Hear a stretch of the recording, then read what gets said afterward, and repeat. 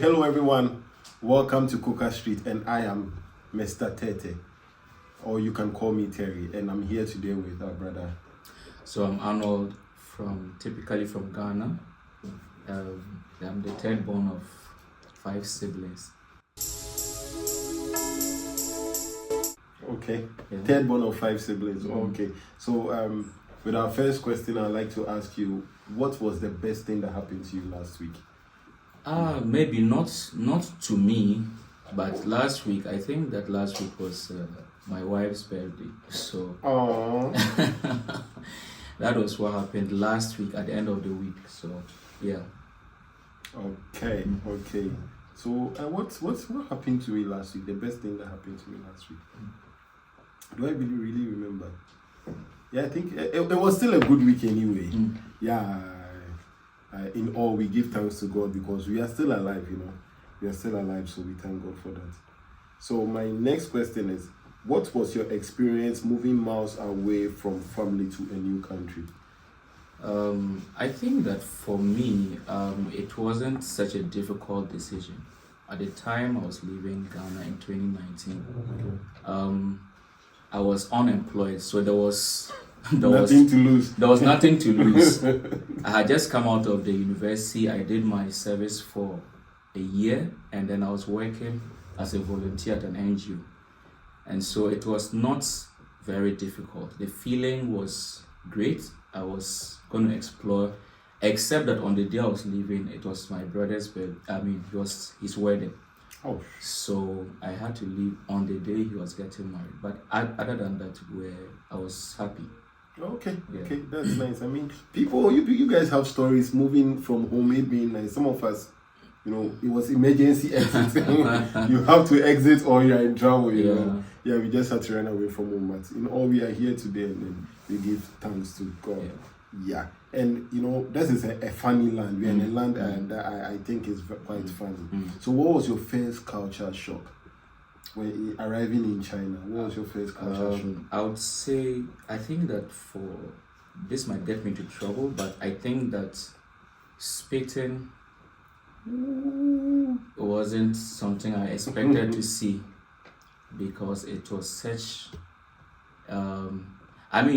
for us, you have to be careful with the way you do that, but to freely do it and not be cautious, really, up until today, I'm still shocked by that. That's radical shift. So I think that was the first thing that really shocked me.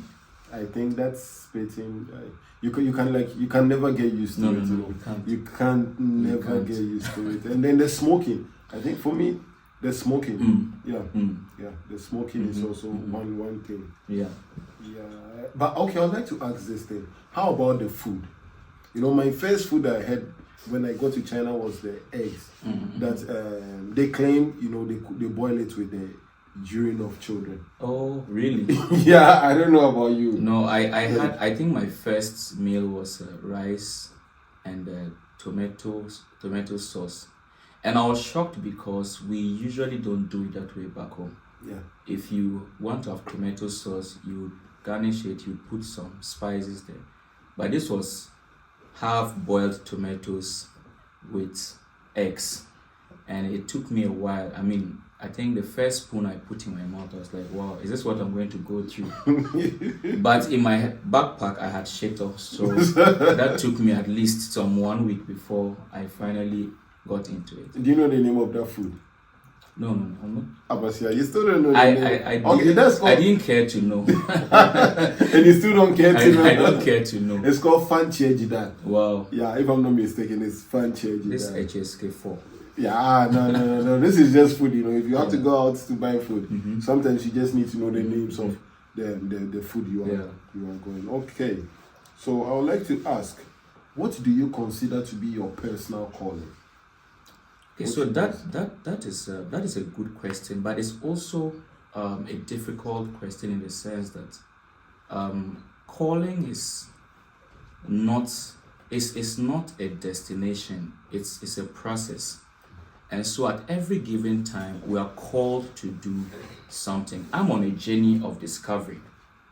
But fundamentally, I believe that I'm called to manifest Christ.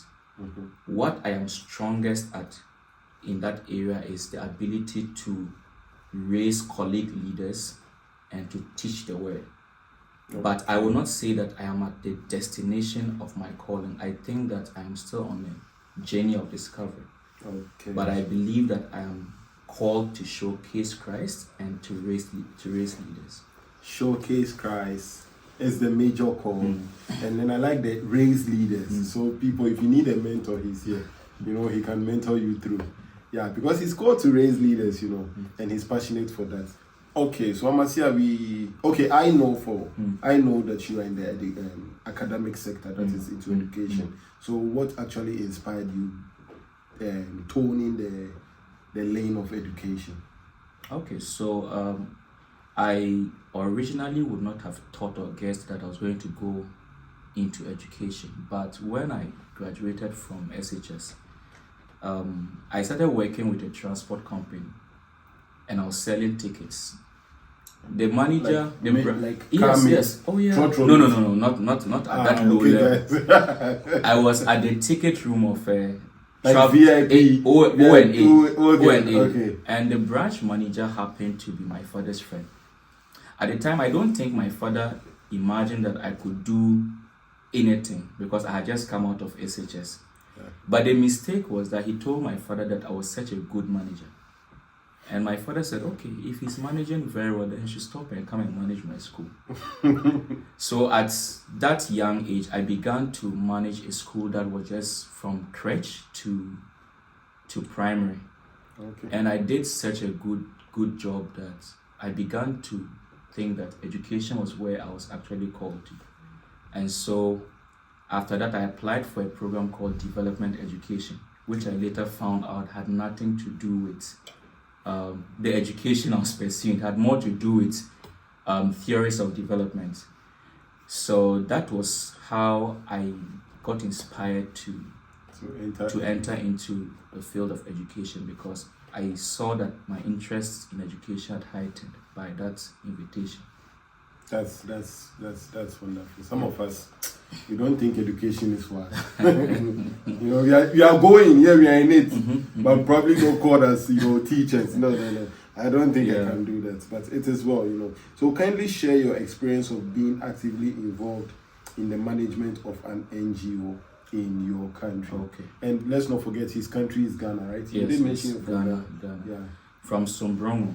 Huh? Sombrongo in Ghana. I'm sure you've never. No, I like Sombrongo. I think it's like far north. No, far north. Well, that is a rural area. So when it comes to NGO, I'm sure that after the university, but within the time I was studying, we're under obligation to usually do attachments with organizations. Now, where I come from is rural Ghana, and you are not going to get to do your attachment with Cocoa Board. You are not going to get an oil company. So, typically, the areas that we could get to do our attachments were NGOs. So, I worked with my father once again. At the time, he was country director for an NGO called Trias Ghana, and I did a few attachments there, and I began to warm up to the idea of working with an NGO. But before that, I remember somebody asked me that, would you want to do what your father is doing? And I said no, because I didn't see that it was bringing enough money. So eventually, after school, he brought me to the NGO, and I began to work as a volunteer. And so when I went home the second time, I had to take full management, because then he was into active politics and there was nobody to head the NGO. So that is how I got into the NGO sector. It was at every step of the way, whether education, whether NGO, my father had to literally hold my hand and pull me into it. Yeah. And how are you finding it so far? Are you enjoying it, or are you doing it for the money, or it's now become a passion or something you feel like maybe your call is quite in line with it? I think that for NGO work, you wouldn't, unless you're a thief, you cannot get money from it. But but I think that yes, so far I'm finding a lot of fulfillment doing it because you know, I respect the people who are typically into the writing of articles and papers and research. But when you write about a research topic, it doesn't necessarily change a life, but it is beneficial to policy makers. But at the NGO level is where you really have the opportunity to change the lives of people. So somebody can write about people sitting under trees, but it is at the NGO level or at the government level that you are able to really take those people out of trees and put them in a classroom. So I find a lot of fulfillment doing that because unlike the office work, you get to literally see the benefits of the work you are doing.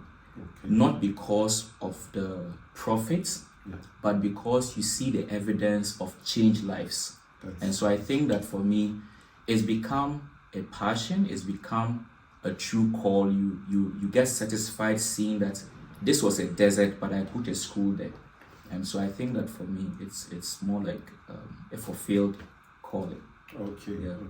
And I'd like to ask, since we're talking about this NGO stuff, I mean, what are some of the projects under your umbrella currently? And what's the name of your NGO, and what are some of the projects currently under your umbrella? Okay, so it's called the Northern Foundation. It's not typically mine. It was founded by my father in the early 90s. And before you were born? Oh, before. I think I was just about 2-3 years when he started. And the purpose of the NGO was to alleviate poverty through education, agriculture, microfinance. Where I have taken over is at the education stage, because we are not doing much in the areas of agriculture now, but we are putting up a school. Our most recent project was putting up a school at Tili, and if you know Tili in Ghana, it is close to Boku, which is a war-torn area. So at the time, the people of Tili decided, okay, we're going to build a school. And when they started with mud. And then Northern Foundation heard of their inspiring story and decided to step in. We gave them a block. Later, they said that they wanted more. And so that was when I took over. When the project was stalling, I began to work with them. And then we finished a 2 kindergarten classroom for them. And then currently we have moved to what we call the WASH, water, sanitation and hygiene.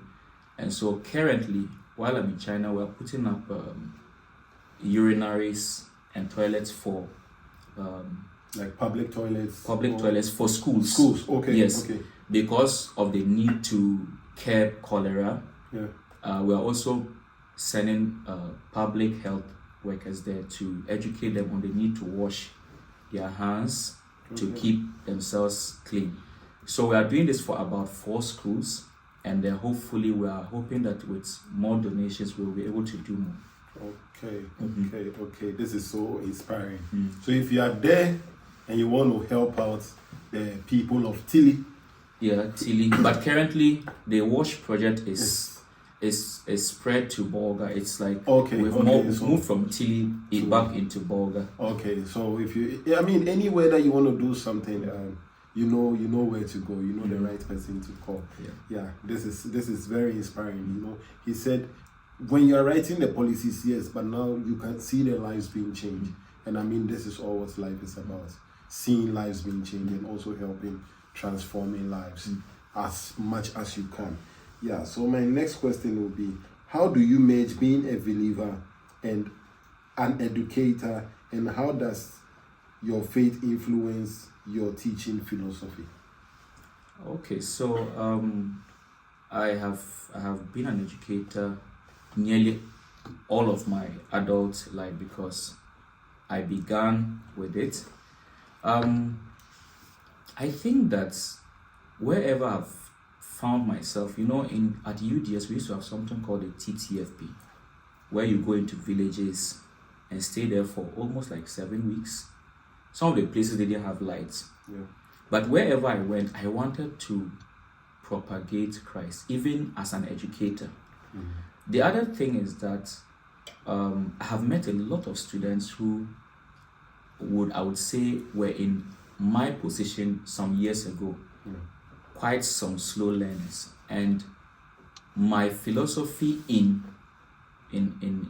based on Christ is that I've become more patient with them.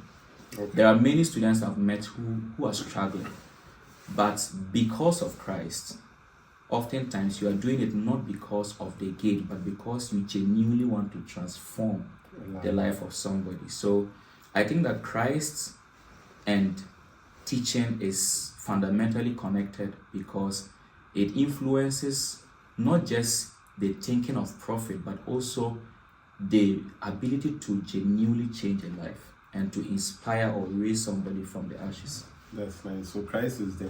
Is the base to your philosophy of life or your philosophy of education. Okay, so I could just simply put it in a nutshell, like Christ is the foundation of your philosophy when it comes to education. Exactly. And I stand to believe that anything you do, anything, even how you lead and how you teach, like you said, you raise leaders. So how you do it like Christ does it. Exactly. And he said Christianity has taught you so much patience for you to be able to handle people. I mean, that's a great some of us we are asking for, So yeah. I mean, it's a good thing, it's a lovely thing, and we honestly, I'm so much inspired by how you are handling this issue, raising people, doing the work of God, like I mean, for free. You keep saying that it's not about what you gain, but it's just about the fulfillment of seeing that people's lives are being transformed. And that's something that we really need in this world. People who are passionate about changing lives. And one thing also that just dropped in my mind was, you are not just about talking, you are about action as well. So you just don't say the love of Christ or tell people about God, but you show them the love of Christ and then show them how Christ would have done it here on earth. So this is so amazing. I hope people out there are listening and you are really learning from this. This is how you are supposed to act, my people. This is just how you're supposed to live life. Yeah, so I'd like to move on to the next question. What is the importance of education today, and what can be done to improve its outcome?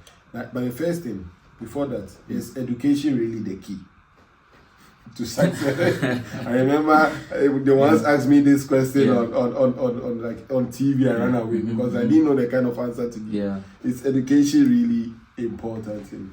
I think it is. Education helps to refine us. I think that sometimes you can be passionate about something. The Bible says that that the way of a fool is stressful, to paraphrase, because he knows not how to go to the city. So sometimes passion is real. You can be passionate about something, but if you don't know how, the rudiments and the theories that govern that particular thing, you may not be able to survive. So I was passionate about education, but if I had not gone to learn certain things, I would not have known how to change the school administrative systems to suit current times. So going back home, I realized that no, people are evolving to technological systems of registering their people. So it was easy for me to think along those lines. Other headmasters who did not get that education may feel like, oh, let's still go with the paper and pen systems of registering people. Piling up pile up a lot of books. And I think that so it helps to refine the way you think. You are passionate about something, but there are certain systematic processes to help you achieve. People we forgot to add, okay, maybe he forgot or we forgot to add. He's PhD in comparative education. So this is a doctor, So when he's talking about education, he understands what he's saying, I mean, and he's talking about education, he's educating himself in the field that he's passionate about. So, so you understand. So you can't be passionate about something and don't educate yourself. He is into education. So, like PhD, he's not a small man, Because he's not a small man like that. PhD in comparative education. So, sorry to cut you off. You could go and just continue. Yeah. So, we go with what can be done to improve its outcome. Okay, so I think that yeah, much as education is important, yesterday I said that much as education is important, it has to be structured to suit our environmental setting. So I think that Africa is the only continent that is structuring our educational policies to conflict with what we really need. So if you want to build an Africa, we have to build people who can refine their current resources. Okay. I feel that the problem up until now has been that we are seeking to compete with people who are not in our setting. Instead of building an educational system that makes good use of what we already have. So we want to be like the Elon Musk, we want to produce computers, but these are people who are in their own world. And so we must produce something that they would need. We are not going to produce another iPhone. That is not the purpose of our education. We are supposed to produce something that Elon Musk would need. So this is the problem with regards to our education. The other thing is that it is more theories than skill oriented. We have never really thought down to see the output of our educational system, which is making people more theoretically inclined rather than skill oriented. I think we're just discussing that today. That if we had the opportunity, we would have done more skills been a carpenter than theories. Yes, because that is what we actually need. And so I think that is where education has failed us. I look at people in the rural areas, and I'm looking at a child who's from a poor family, and we are teaching the person English. Not that it is wrong. We are teaching the person how to read and write only, and we are not adding the kind of skill that will help that child to come out of that poor situation. So the child is going to school, and he's just repeating a cycle, only a little better than his father. And so at this point he can read and exactly. So I think that what we ought to do, and I think this is where my passion lies the most, to reform our educational system in a way that is suited for our environment. And then the third one is that we must not have the same measure for who is a good student. You know, you cannot say that a fish is good because it is in land, and then you want to measure its competence outside water. So I think that what we must do is to create an educational system that identifies the different levels of intelligence. The intelligence of sight, the intelligence of hearing, the intelligence of being useful with our hands, and talent development. So all of that is quite important. You know, you should allow children who want to play football play football. You know, years ago, if you said you wanted to be a footballer, it's a problem. I remember my mother bent my football boots. It looked like there was no money in football because we only had that Dumbo thing. Charles Taylor to look up to, and it was just house and all that. And then, if we go to rural areas, you just add agriculture to their syllabus. You know, let them know how to even take care of their crops. Exactly. You know, we need the output from crops. So educational ministers, you guys, you have work to do. You know, this is PhD talking. So you guys can know what to do. So we'll move to our next question. What advice would you give to young people today, especially those abroad or planning to go abroad, and those planning to study education-related majors? Okay, so let's take it in parts. What advice would you give to young people today, especially those abroad? For now, we deal with those who are abroad. What advice would you give to them? I think typically the advice I would give people who are abroad is to follow their calling. Now, that is, the calling can take you back home. There are many of our leaders. Nobody wants to go home. That is the challenge, and that is because leaders have failed us. And so people don't see the system working. But I think that following your call is first what will make you happy. Because when you are in what you are really called for, you are satisfied. Yeah. And number two, you realize that you are not forcing yourself to do it. Yeah. So following your calling can either cause you to stay where you are, that is here, or it can take you back home to serve. Whichever way it is, it's really important that when we are done, we are able to follow our calling and use what we have learned. Yeah. But the other thing I think we ought to learn, and for me, I made that mistake. Oh, wow. I think that for many of us, we have made the mistake of not keenly observing what we are learning in our environments. Yeah. So we are in China to learn what is taught us in class, but we are not in China to learn how they are doing it in the environment. That is really what will change our countries, not necessarily what we are learning in class. Look, if it's what we are learning in class, we can read them on the internet. But how do they deal with their transport system? How do they deal with waste disposal? These are the things that I feel people in China ought to take advantage of and learn, observe, be more observant. Okay, that's nice. That's nice. Wow. So how about those planning to go abroad? So I think that for those planning to go abroad, I think that it is important to research, to ask a lot of questions. Typically what I read was development education at my bachelor's. But there was a trimester we learned comparative education. And I remember I really liked that course. So I told myself I was going to apply to do it as a full program. And so after school, I began to research about the universities that were offering comparative education. And that is how I found myself. So research, take advantage of the internet, ask questions. You have the benefit of people who have already gone.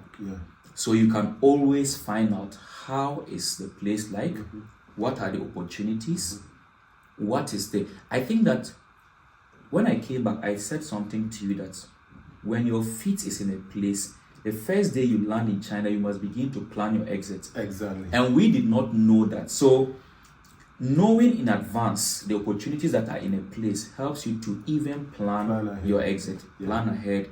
Know what you're going to do after what you have learned. I think mine will also be, do not think coming to wherever you want to go to is your final destination.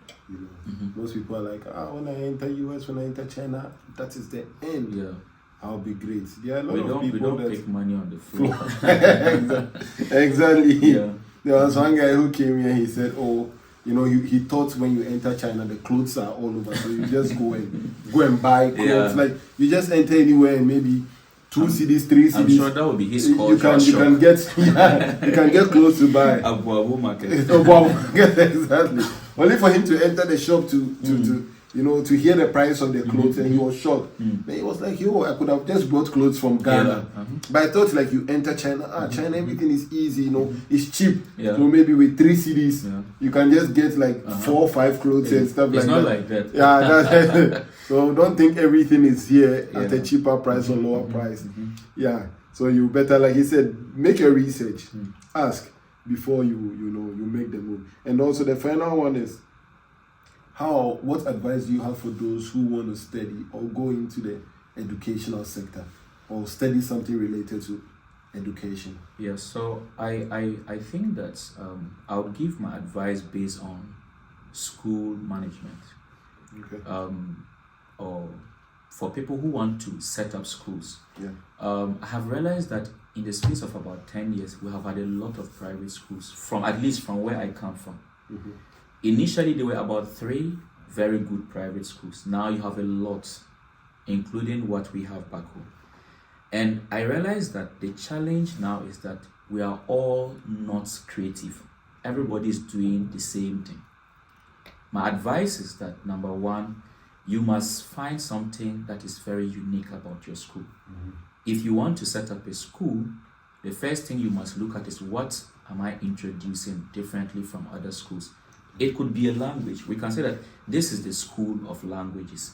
Even though it's a primary school, the emphasis is on a foreign language. You can say this is a football academy. Even though you are teaching the kids the regular curriculum, but the emphasis is on skill development in the area of sports.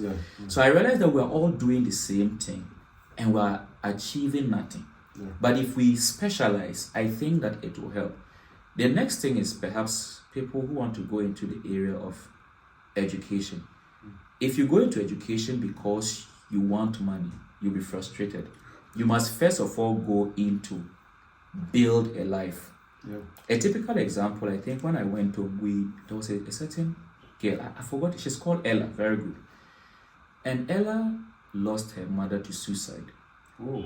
Her mother was accused of stealing and she wasn't guilty. Oh. So she was already having issues with alcohol. So it made it easy for her to commit suicide.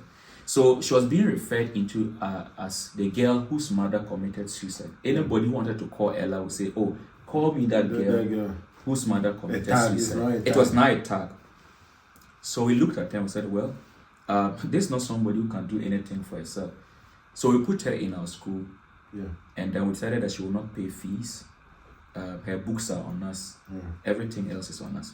Now, it is not because of profit. You can't get profit from doing that. If you look at profit, you will not be able to do things like that. Yeah. You must first of all look at the fact that this is a life I can build over 10, 20 years to become something. Yeah.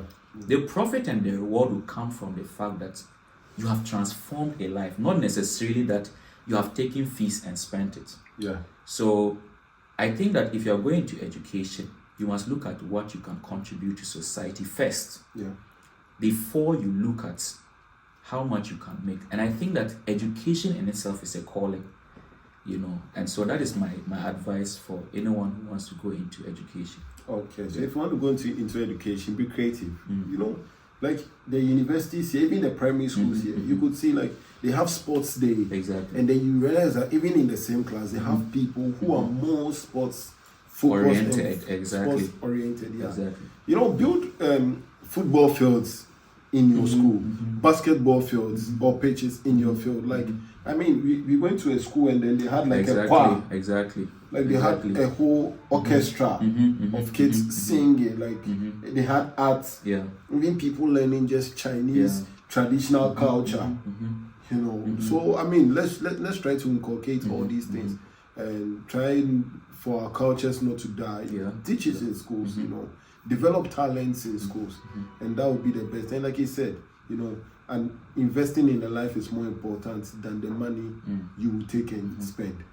So do well as educators, do well as people who are entering into the educational space to think of souls first. And if you're a Christian educator, like you already know, Christ said, souls first before anything. So do what to think of souls, and then you later think of what you will eat. Yeah. So we've come to the end of this session today, and we hope you really enjoyed and you really learned something. As you already know, I am Mr. Tete, or Terence Thomas Tete, and I'll urge you to like, share, subscribe, and you know what? Place your comments in the comment section for what you would like to see next. I promise you guys that this year I'll be on Coca Streets more times, and this is the beginning. Watch out, very soon more will come. So let me know in the comment section what you want me to talk about or what you want me to handle, and then you will find me. Thank you for having me. It's been a pleasure. Thank you. You will tell the people something. You have to tell them, share, like, subscribe. Oh, okay. So that they make me happy. They have to make me happy. And follow. The follow is more important. So follow, share, like, comment, subscribe, and it's going to be a wonderful year. Yeah. I feel that the contents are going to be more inspirational. There's going to be a lot more happening, and probably more spiritual. If you want to see him again, we can come again with spiritual content. Sure. He's also a prophet, so he can see. I see in the realms of the spirit. I'm not Miguel. Thank you all very much. It's a bye from us. I must say you made a mistake. You didn't say shout outs to your wife. Oh. If you go home, if the video comes out today, they will not serve me. Today, hunger. Just say something to madam. So, right now? Yeah. Okay, so, happy birthday. It's belated, but happy birthday to the person who has kept me together. The person who has kept me from worrying people in the bus, more composed and more refined. I'm telling you. Yes, so I failed to mention that I'm married to a wonderful lady, Rachel, and she's kept me together. She's kept me focused, and I think that I'm taking this opportunity to say shout outs to her. Yeah. Thank you very much. Goodbye, guys. Goodbye. Bye bye. Bye.